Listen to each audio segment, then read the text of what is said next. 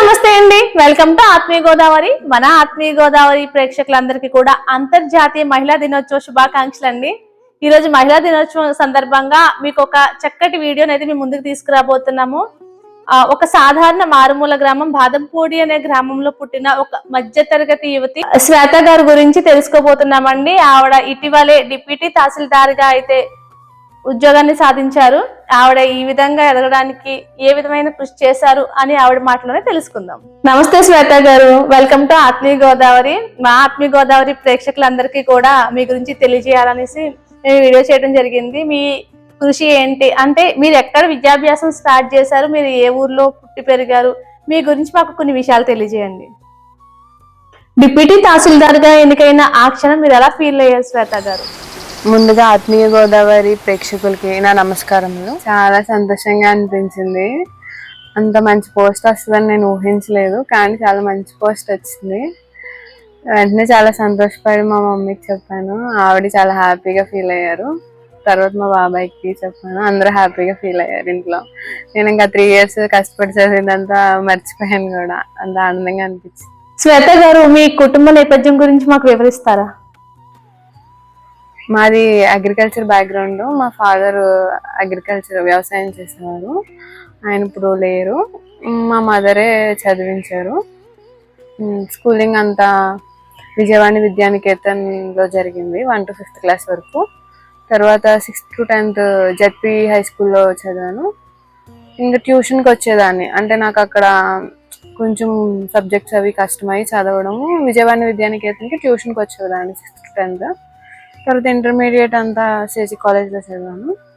తర్వాత నాకు బైపీసీలో అగ్రికల్చర్కి సీట్ వచ్చింది. బీఎస్సీ అగ్రికల్చర్ శ్రీకృష్ణదేవరాయ కాలేజ్లో చదివాను. తర్వాత నేను గ్రూప్స్ ప్రిపరేషన్ అవుదామని ఇటు సైడ్కి వచ్చాను. తర్వాత ఇలా Group 2 ఈ పోస్ట్ వచ్చింది.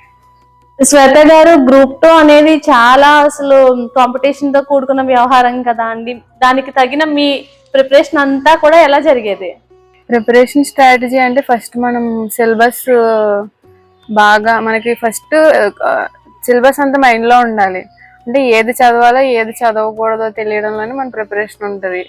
అంటే మొత్తం అన్నీ చదవడం కంటే సిలబస్కి స్టిక్ అయ్యి సిలబస్ మైండ్లో ఉందనుకో, మనకి ఏది చదవాలో ఏది చదవకూడదో తెలుస్తుంది. మన స్ట్రాటజీ అంటే మినిమం రోజుకి ఒక 7-8 hours చదవాలి ఖచ్చితంగా. కరెంట్ అఫైర్స్ లో బాగా అప్డేటెడ్ గా ఉండాలి. శ్వేత గారు, ఇప్పుడున్న ఈ కాంపిటీషన్ యుగంలో కొన్ని లక్షల మంది పోటీ పరీక్షలు రాయడానికి ఎదురు చూస్తూ ఉంటారు కదా అండి. అయితే ఇలాంటి పరీక్షలన్నిటికీ కూడా ఏమన్నా కోచింగ్ లాంటివి తీసుకుంటే అవసరం అంటారా? కోచింగ్ తీసుకోవాలనుకుంటే తీసుకోవచ్చు, కానీ ఎంత కోచింగ్ ఇచ్చినా కూడా అట్ ద ఎండ్ ప్రిపరేషన్ అంతా చేయాల్సింది మనమే. మన మీద మనకి నమ్మకం ఉండి మనం చదవాలి. వాళ్ళు చెప్తారు, కానీ చదివి ఎగ్జామ్లో మన ప్రజెంటేషన్ అంత ఇవ్వాల్సింది మనలోనే ఉంటుంది. కోచింగ్ అవసరమా అంటే కావాలనుకుంటే తీసుకోవచ్చు, లేదు అనుకుంటే మన మీద మనకు కాన్ఫిడెన్స్ అంటే చదవచ్చు. కానీ కోచింగ్ వాళ్ళ అడ్వాంటేజెస్ ఏంటంటే వాళ్ళు మనకి మెలకువలు చెప్తారు, ఎక్కడ బాగా చదవాలి, ఏ సబ్జెక్ట్ బాగా ఫోకస్ చేయాలి, మన వీక్నెస్. ఈ ప్రిపరేషన్ కోచింగ్ తీసుకోకపోయినా డెఫినెట్గా మాక్ టెస్టులు రాయాలి. మాక్ టెస్టులు రాస్తేనే మన వీక్నెస్ ఏంటో, మనం ఎక్కడ స్ట్రాంగ్గా ఉన్నామో, ఏ సబ్జెక్ట్లో వీక్గా ఉన్నామో అంతా తెలుస్తుంది. సో డెఫినెట్గా మాక్ టెస్ట్లు అయితే మిస్ చేయకూడదు. శ్వేత గారు, మీ ప్రయాణంలో ఎప్పుడైనా సరే వెనకడుగు వేద్దాము లేదా నిరాశ నిస్పృహలు లాంటివి ఏమైనా వచ్చాయండి? చాలా సార్లు అనిపించింది, అనవసరంగా ఇటు వచ్చాను బాబు అనిపించింది. కానీ ఆ నమ్మకం కోల్పోకుండా మనం ప్రిపరేషన్ చెయ్యాలి. ఇంకా వచ్చామంటే ఒక 3 years అట్లా పెట్టుకోవాలి ఇంకా. ఎందుకంటే ఎగ్జామే lengthy process, prelims, mains, CPT, ఈ రిజల్ట్స్ ఇదంతా అవ్వడానికే నీకు 2.5 years. నా ఎగ్జామ్ స్టార్ట్ అయ్యి 2024లో స్టార్ట్ అయింది. నాకు రిజల్ట్స్ వచ్చేసరికి 2026 అయిపోయింది. అంటే ప్రాసెసే లెంతీ ఉంటుంది. మనం ఎప్పుడూ సహనం కోల్పోకుండా పేషెంట్గా ఉండాలి. ఒక బిల్డింగ్ నిలబడాలంటే పునాది చాలా మెయిన్ ఇంపార్టెంట్ కదా అండి. అలానే ఒక విద్యార్థి పై స్థాయికి వెళ్లే కొలది కూడా తను చాలా నాలెడ్జ్ కూడగట్టుకోవాలంటే కూడా చిన్న స్థాయి అక్షరాభ్యాసం చేసినప్పటి నుంచి కూడా మంచి విద్యా వ్యవస్థలో నిలబడగలిగితే కనుక ఆ వ్యక్తి చాలా ఎదుగుతారు కదండి. అయితే మీరు ఒక మరుమూల గ్రామం బాదంపూడి అనే గ్రామంలో విజయవాణి అనే స్కూల్లో మీరు చదువుకున్నారని తెలిసింది. కానీ ఆ స్కూల్ కూడా ఎన్నో నైతిక విలువలతో విద్యార్థులకి విద్యాభ్యాసాలని నేర్పిస్తూ మంచి విలువలతో కూడిన విద్యనైతే అందిస్తారు అని తెలిసిందండి. చాలా మంది అయితే ఆ స్కూల్ గురించి మంచి మంచి విషయాలు చెప్పారు మాకు కూడా. మీరు ఆ స్కూల్లో చదువుకున్నారు కదా, ఆ స్కూల్ గురించి తెలియజేయండి. నేను జాయిన్ అయినప్పుడే ఆ స్కూల్ పెట్టారు. యాక్చువల్గా ఫస్ట్ జాయిన్ అయింది నేనే. అప్పటి నుంచి 5th క్లాస్ వరకు నేను ఆ విజయవాణి విద్యానికేతన్లోనే చదివాను. ఆ తర్వాత అక్కడ నాకు బాగా సబ్జెక్ట్ అంటే ఇంట్రెస్ట్ ఉండేలా బాగా చెప్తారు సార్స్ అందరూ. మా సార్ శ్రీనివాస్ సార్ కూడా నాకు క్లాసెస్ అర్థం కాకపోతే స్పెషల్ ఇంట్రెస్ట్ తీసుకుని చెప్పడము. మ్యాథ్స్ కూడా బాగా చెప్పేవారు. టేబుల్స్ అన్ని రివర్స్లో చదివించడము అన్ని బాగా చెప్పేవారు. చదవకపోతే తిట్టేవారు, కానీ ఆయన తిట్టడం వల్లే ఇంకా మాకు చదవాలనిపించేది. అమ్మో తిడుతున్నారు సార్, ఖచ్చితంగా చదవాలి బాగా అని. అలా బాగా చదివాను అక్కడ. తర్వాత నేను 6th to 10th హై స్కూల్లో చదివిన ట్యూషన్ ఆయన దగ్గరికే జాయిన్ అయ్యాను. ఎందుకంటే ఆయన దగ్గర బేసిక్స్ అవి బాగుంటాయి, ఫౌండేషన్ కాంపిటీషన్స్ కి సంబంధించి ఎంతో బాగా చదువుకున్నా కూడా రైటింగ్ అనేది చాలా ఇంపార్టెంట్ కదా. అయితే మన కమిషనర్ గా పనిచేస్తున్న కృష్ణ చైతన్య గారు కూడా, నేను చాలా బాగా చదువుకున్నా కూడా రైటింగ్ రాసేటప్పుడు నేను చాలా ఇబ్బంది పడ్డాను, దానికోసం నేను మళ్ళీ ప్రత్యేకంగా రైటింగ్ నేర్చుకుని కాంపిటీషన్స్ లో ఎగ్జామ్స్ అది కూడా పార్టిసిపేట్ చేసి ఈ రోజు ఈ స్థాయిలో ఉన్నానని తెలియజేశారు కదా. అయితే మీరు విజయవాణి విద్యానికేతన్ కరెస్పాండెంట్ శ్రీనివాస్ గారి దగ్గర రైటింగ్ స్కిల్స్ కూడా చాలా బాగా నేర్చుకున్నారు, ఆయన మీకు చాలా బాగా నేర్పించారని కూడా తెలిసిందండి. దాని అంటే ఇప్పుడు మనకి గ్రూప్స్ లో హ్యాండ్ రైటింగ్ కూడా కీ రోల్ ప్లే చేస్తుంది. Group 1 లో నాకు హ్యాండ్ రైటింగ్ కూడా నేను ఆయన దగ్గర నేర్చుకున్నాను. అంటే హ్యాండ్ రైటింగ్ కూడా స్పెషల్ గా కోర్సు నేర్పించేవారు. ఆయన దగ్గర నేర్చుకున్నాను నేను hand writing, Telugu hand writing, English hand writing కూడా నేర్చుకున్నాను. మీరు ఒక యువతిగా కుటుంబ ఒత్తిళ్ల నుంచి అలానే చదువుపై దృష్టి పెట్టడం వరకు కూడా ఏ విధంగా కృషి చేస్తారు? కష్టం అంటే ఇంకా మనం ఈ ప్రిపరేషన్ లోకి వచ్చినప్పుడు ఎవరేమంటున్నారో అని అవన్నీ పట్టించుకోకూడదు, మన ప్రయత్నంలోనే ఉండాలి. వాళ్ళు ఇదన్నారు వీళ్ళు అదన్నారు అవన్నీ తీసుకుంటే మనం ముందుకు వెళ్ళలేం. డెఫినెట్ గా అవన్నీ వదిలేసుకుని, అంటే ఎవరి ఏమన్నా పట్టించుకోకుండా మన మీద మనం నమ్మకంతో చదువుకోవడం. మీ తోటి స్నేహితులు వాళ్ళందరూ కూడా ఎన్నో సరదాగా ఉంటూ ఉంటారు కదా అండి, కానీ మీరు ఒక లక్ష్యం అంటూ ఏర్పరచుకున్నారు కాబట్టి మీరు చాలా దీక్షగా చదువు మీదే దృష్టి సాధిస్తారు కదా.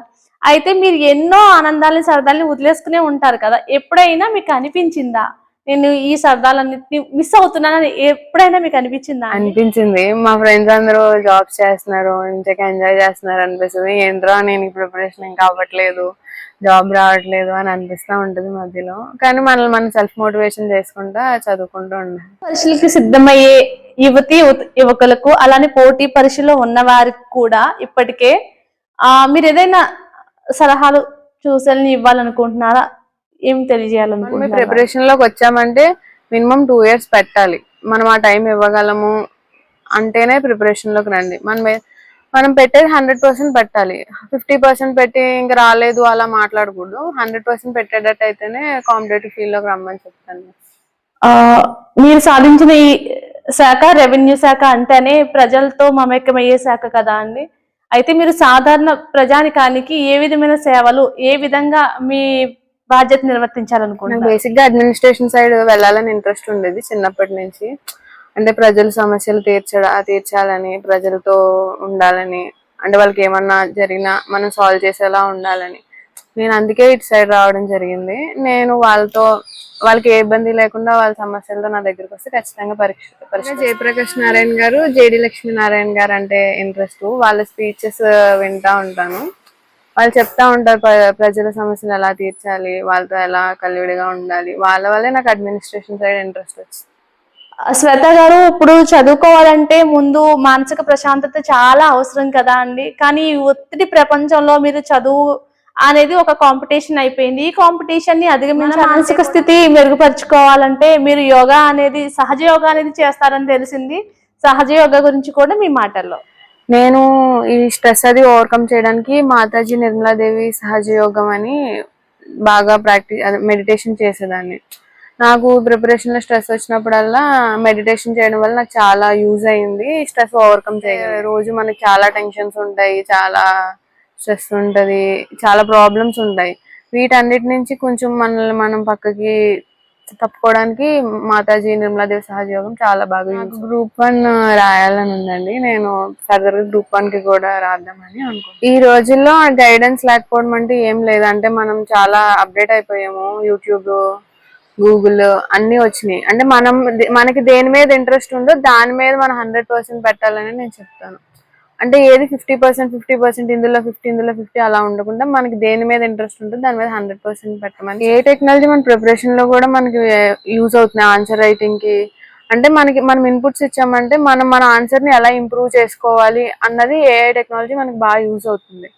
సో అంటే టెక్నాలజీతో ఉన్న ప్రిపరేషన్ చాలా బాగుంటుంది. మా మదర్ గజ్జర్ నాగమణి గారికి ఇస్తాను.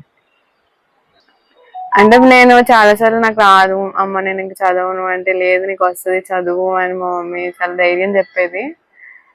అంటే నాకన్నా మా మదర్ ఎక్కువ కాన్ఫిడెంట్ గా ఉండేవారు, నీకు వస్తుంది ఖచ్చితంగా అని. నేను రిజల్ట్స్ రోజు కూడా నా పేరు ఉండదో అని భయపడితే మా మదర్ లేదు ఖచ్చితంగా నీ పేరు ఉంటుంది అని చెప్పారు. అందుకే ఆవిడే ఎప్పుడూ నాకు మోటివేషన్ ఇస్తూ ఉంటది, డెఫినెట్ గా వస్తుందని. అలానే వచ్చింది. చాలా సర్ప్రైజ్ గా ఫీల్ అవుతున్నాను. అంటే నేను ఎప్పుడు ఇంటర్వ్యూ చేస్తానని ఎక్స్పెక్ట్ చేయలేదు. నా ఫస్ట్ ఇంటర్వ్యూ ఆత్మీయ గోదావరి వాళ్ళకి ఇవ్వడం నాకు చాలా సంతోషకరంగా. Thank you so much. చూసారు కదా అండి, ఈ రోజు మహిళా దినోత్సవం సందర్భంగా ఒక యువతి సాధించిన విజయాన్ని మీ అందరికీ కూడా పరిచయం చేశాం కదా. అలానే మీరు కూడా మరొక శ్వేత గారి లాగా మీ అందరి ఆశల్ని కళని నెరవేర్చుకోవాలని, పోటీ పరీక్షల్లో మీరందరూ కూడా ముందంజలో ఉండి మీకు కావాల్సిన ఉద్యోగాలు మీరు సాధించుకోవాలని ఆత్మీయ గోదావరి తరపు నుంచి మనస్ఫూర్తిగా కోరుకుంటున్నామండి. ఇలాంటి మంచి మంచి విజయాత్మకమైన విషయాలన్నీ కూడా మీకు తెలియజేయాలంటే మన ఆత్మీయ గోదావరి ఛానల్ ని లైక్ చేయండి, షేర్ చేయండి, సబ్స్క్రైబ్ చేయండి, కామెంట్ చేయండి, బెల్ ఐకాన్ ని క్లిక్ చేయండి. మా నోటిఫికేషన్స్ అన్ని మీ వరకు చేరుతాయి. నమస్తే.